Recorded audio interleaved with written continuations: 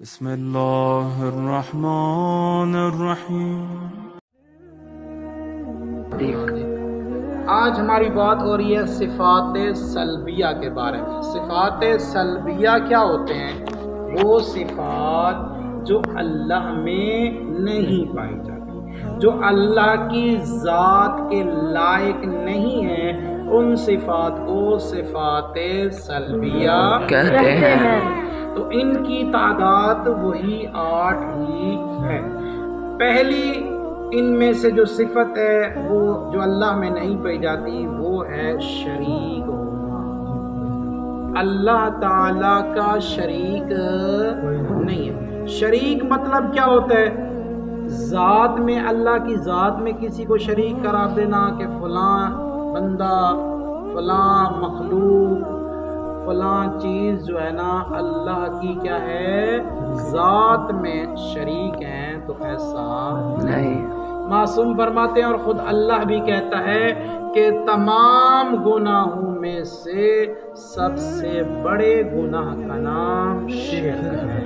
فرمایا میں ہر گناہ تو معاف کر دوں گا لیکن مشرک کو کبھی معاف نہیں کروں گا۔ تو پہلی صفت کیا ہے؟ شریک ہونا۔ تو اللہ تعالیٰ کا کوئی شریک نہیں ہے۔ ہمارے شریک ہو سکتے ہیں، ہمارے بھائی ہماری شراکت میں ہیں، ہماری بہنیں ہماری شراکت میں ہوتی ہیں وراثت میں۔ اگر ہم علاقے میں جائیں تو پھر ہمارے رشتہ دار، قریبی، ہمسایہ سب، جیسے مسجد میں سب کی شراکت ہے۔ تو ہمارے مخلوق کی شراکت ہو سکتی ہے ایک دوسرے کے ساتھ، لیکن خالق کا کوئی شریک نہیں ہے۔ اور دوسری صفت ہے اللہ تعالیٰ کی جو اللہ میں نہیں پائی جاتی، وہ ہے مرکب ہونا۔ اللہ مرکب نہیں ہے، اللہ کی ترکیب نہیں ہے۔ ہم کہیں کہ اللہ مرکب کیا ہوتا ہے؟ مرکب یہ ہوتا ہے جو چند چیزوں سے مل کر بنے۔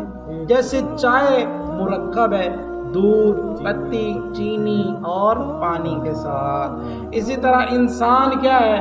مرکب ہے، ہڈیوں کا، گوشت کا، بالوں کا اور یہ سارے ناخن کا، یہ ساری چیزیں ملتی ہیں تب جا کے ایک انسان سامنے آتا ہے۔ تو جس طرح ہم مرکب ہیں اس طرح اللہ مرکب نہیں ہے، یعنی وہ جسم نہیں رکھتا، مرکب نہیں ہے، اس کا موجود نہیں ہے، اس کے جز نہیں ہے، وہ چند چیزوں سے مل کر نہیں۔ تیسری صفت ہے اللہ کی مکان نہیں ہے، اللہ کا گھر نہیں ہے، اللہ کا کوئی مکان نہیں ہے۔ اس لیے کہ مکان میں اگر کہیں ہم اللہ کا مکان ہے تو وہ ہو جائے گا محدود، اور پھر اللہ جو ہے وہ محدود نہیں ہوتا۔ یعنی خدا یہ مکان سے مراد ایک مکان کی بات ہے۔ ویسے اللہ کا گھر ہے، یہ مسجد اللہ کا گھر ہے، کائنات کی جو بھی مسجدیں ہیں وہ ساری کی ساری اللہ کا گھر ہیں، لیکن کوئی خاص ایک مکان اللہ کا نہیں ہے کہ ہم کہیں کہ فلاں مقام پہ جو ہے وہ اللہ کا گھر ہے، ایسا نہیں ہے۔ بلکہ اللہ لا مکان ہے، ہر وقت ہر جگہ موجود ہے۔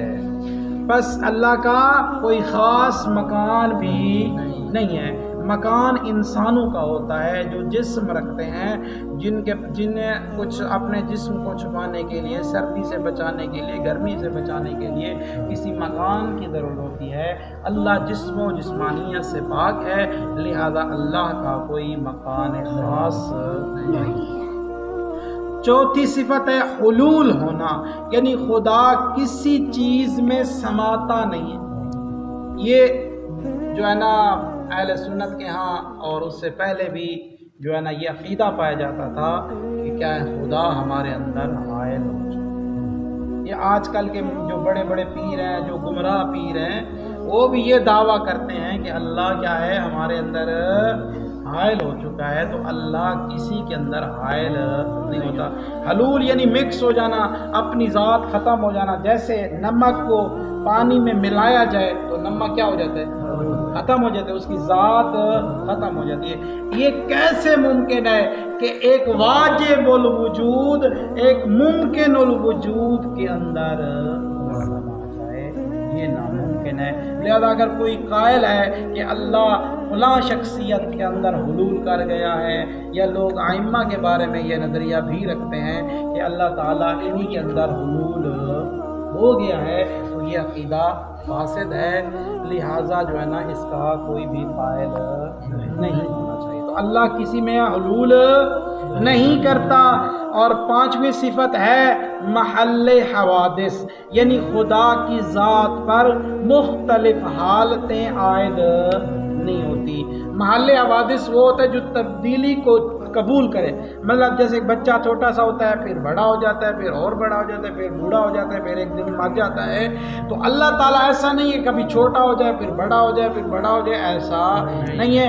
اللہ کے ہاں محل حوادث نہیں ہے، یعنی اللہ کبھی جوانی میں آ جائے تو کبھی بڑھاپے میں آ جائے، تو کبھی جاگتا ہو کبھی سوتا ہو تو کبھی کیا کرتا ہو، ایسا اللہ میں نہیں ہے۔ اللہ محل حوادث بھی نہیں ہے۔ اور آخری صفت بیان کرتے ہیں اور اس کے بعد باقی انشاءاللہ کل بیان کریں گے، وہ مرئی بھی نہیں ہے۔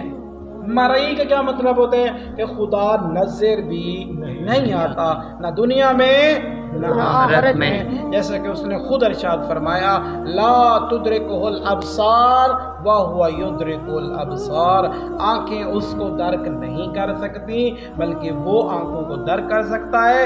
وہو اللطیف الخبیر، وہ بڑا باریک بین اور خبردار ہے، لہٰذا اللہ تعالی دکھائی نہیں دیتا۔